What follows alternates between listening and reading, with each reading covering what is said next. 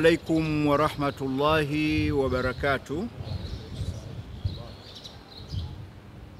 Kwanza nipeleke shukurani kwa muumba wa mbingu na ardhi, Allah subhanahu wa ta'ala, ambaye katuamsha tukiwa wazima na leo tuko mbele yenu ndugu zetu wanahabari, tukiwa na jambo letu. Jambo letu ni kuuzindua au kufahamisha umma juu ya taasisi yetu na nini makusudio ya taasisi yetu na ni kipi tunachokiona sasa hivi ni cha muhimu katika nchi yetu yenye baraka kubwa mbele za Mwenyezi Mungu. Kabla sijaendelea, ningependa kutoa introduction ya taasisi yetu ambayo inaitwa Al-Malid, taasisi ambayo ni kongwe iliyosajiliwa usajili rasmi 1992, lakini ni taasisi vile vile baada ya hapo ikapata usajili wa RITA 1994. Kwa hiyo kwanza, kabla ya yote, ningependa kutoa introduction. Mimi nayezungumza naitwa Sheikh Rajab Katimba, ni katibu mkuu wa taasisi hii ya Al-Malid. Kushoto kwangu amekaa Alhaji Ndalama Saidi, yeye ndiyo mwenyekiti wa bodi ya wadhamini wa taasisi yetu na ndio mlezi wetu. Lakini upande wangu wa kulia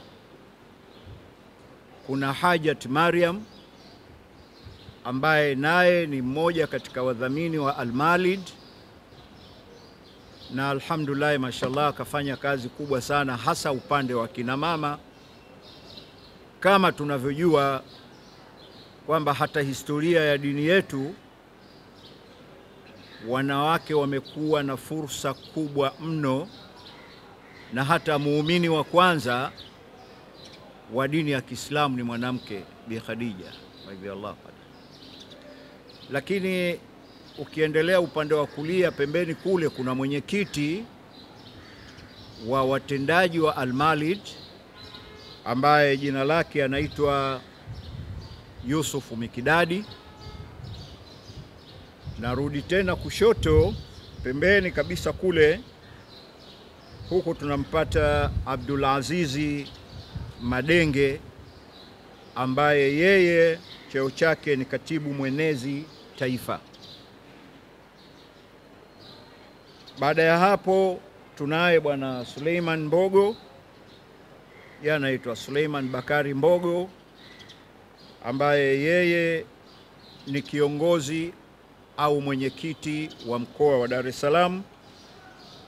Hawa ndio baadhi ya viongozi ambao tumekuja kukutana na nyinyi ndugu zetu waandishi wa habari.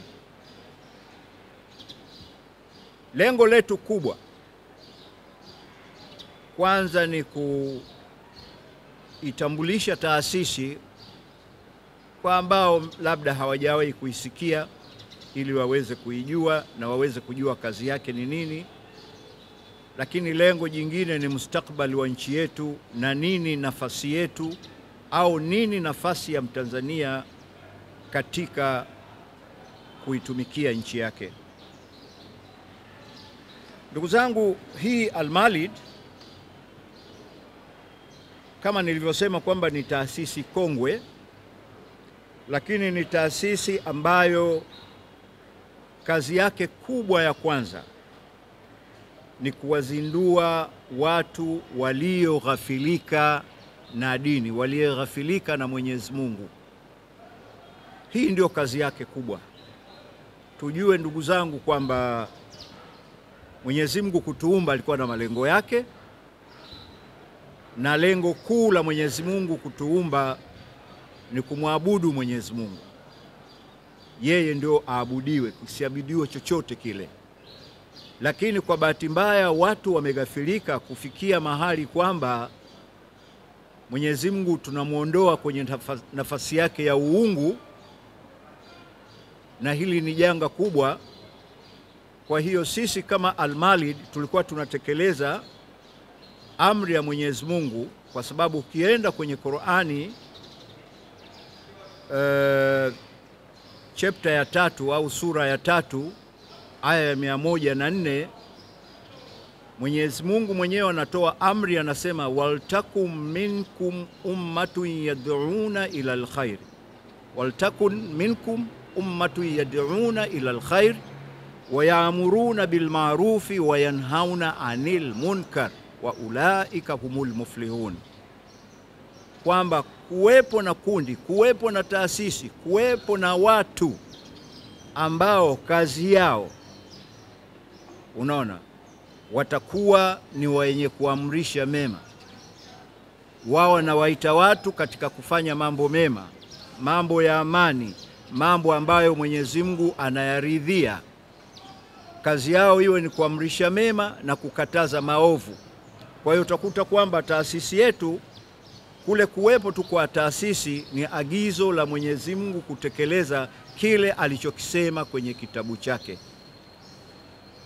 Lengo la Mwenyezi Mungu ni kuabudiwa, lakini kwa bahati mbaya huyu mwanadamu amesahau Mungu anaposema ibada, yeye basi akili yake imekwenda moja kwa moja kwenye kusali tu, kwamba hiyo ndiyo ibada.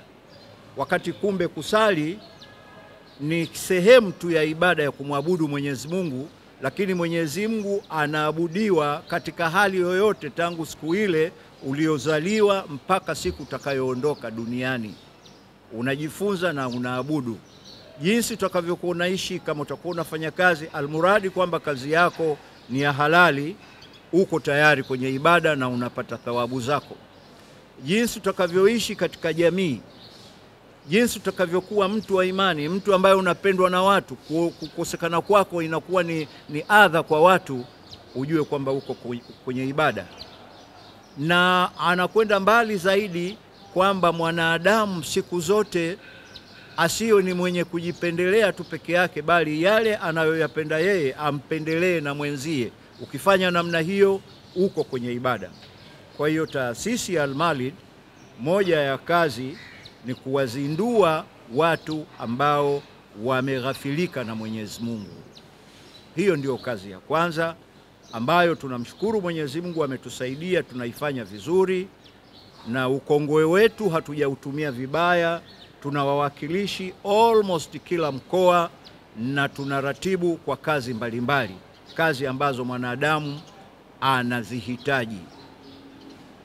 Mayatima, wajane, Bi Mariam mnayemwona hapa, hicho ndio kitengo chake kikubwa. Kama tunavyojua kwamba wajane ni watu ambao wanatakiwa kuhudumiwa. Kwa hiyo tunatafuta misaada, au na sisi wenyewe tunawashirikisha watu, tunaishirikisha serikali kuhakikisha kwamba jambo hili linakuwa. Lakini tukirudi tena upande mwingine, kazi si hiyo tu, kuna kazi nyingi tu. Kuna kazi za kuchimba visima, kuna kazi za mahospitali, kuhakikisha kwamba tunakuwa na kliniki na kutafuta dawa ziweze kuwafikia walengwa. Tunashirikiana na taasisi nyingine, kwa mfano kama taasisi ya JAI ambayo imefanya kazi kubwa sana nchi hii katika kuhudumia wananchi ambao wamepewa mtihani wa Mwenyezi Mungu na Mwenyezi Mungu wa kuugua. Tuko nao bega kwa bega, serikali tuko bega nayo, yani kuhakikisha kwamba kila kitu kinakwenda sawa. Na hizi huduma mbalimbali tunazozitoa, pamoja na kwamba sisi ni taasisi ya Kiislamu, hazijalishi kwamba lazima walengwa ni Waislamu. Walengwa ni Watanzania. Kwa upana zaidi tunashirikiana vile vile na taasisi za kimataifa. Kwa hiyo yeyote ambaye ni Mtanzania katika sehemu hii ambayo Mwenyezi Mungu ametuchagulia tuwe, sisi wote ni wadau, bila kuangalia kwamba huyu ni Muislamu au huyu ni Mkristo. Lakini pili, katika kuhakikisha kwamba tunaitangaza hii taasisi kwa watu wote na kutoa huduma. Lakini kuna kitu kimoja muhimu sana ambacho tunahakikisha kwamba ndio msingi wetu mkubwa, kwamba tunafikishaje ujumbe. Niwakumbusha kidogo ndugu zangu wanahabari, ukisoma katika vitabu vitakatifu, manake vitabu vya Mwenyezi Mungu viko 4, kuna Taurati, kuna Injili, kuna Zaburi na kuna Qur'ani. Kwa hiyo katika kuifanya hii kazi, hii ndio guidance yetu tunayoitumia. Ukimwangalia Mtume Musa, Nabii Musa alayhi salam, ambaye yeye assignment yake ilikuwa kupeleka message kwa Firauni. Firauni nani? Firauni ni kiumbe ambaye madhambi yake yalikuwa makubwa kuliko hata ya Ibilisi. Yeye alifikia stage ya kujiita kwamba ni Mungu mkuu. Rekodi iko kwenye vitabu. Na hakuna dhambi kubwa mbele ya Mwenyezi Mungu kama hiyo. Lakini ilipofikia time kwamba sasa Mwenyezi Mungu anataka kumzindua huyu mja wake Firauni anayejiita Mungu na kumtuma Musa, alimpa agizo kwamba nenda na soft language, nenda na kauli laini. Pamoja na kwamba amemuudhi sana Mungu, lakini Mungu kuonyesha rehema zake anamwambia peleka message lakini kwa kauli nzuri. Ni fundisho tunalolipata sisi hasa katika nchi yetu, kwamba almuradi kwamba sisi ni wanadamu, hatujakamilika, ni wenye kukosea. Ni lazima kuwe na kusameheana, na ni lazima message unapoipeleka kwa mtu ambaye unamwona hayuko sawa, uipeleke kwa nini? Kwa kauli nzuri. Kwa sababu si kauli nzuri tu, bali Mwenyezi Mungu ametoa rekodi nyingine kwenye Qur'ani, wakati sasa anampeleka mtume wa mwisho, mtume wetu Muhammad sallallahu alaihi wasallam, anamwambia waite watu katika dini ya Allah kwa hikma, wisdom na maneno mazuri. Haya ni mafundisho ambayo tunatakiwa tuyapeleke kwa jamii, hasa jamii yetu ya Kitanzania, katika hizi siku ambazo sisi tunaita ni siku tete, ambapo kwa bahati mbaya kuna watu ambao wanataka kuvuruga amani. Kwamba ili uweze kuwa mfano na uishi vizuri katika jamii, ni lazima uwe ni mtu ambaye jamii inakuhitaji.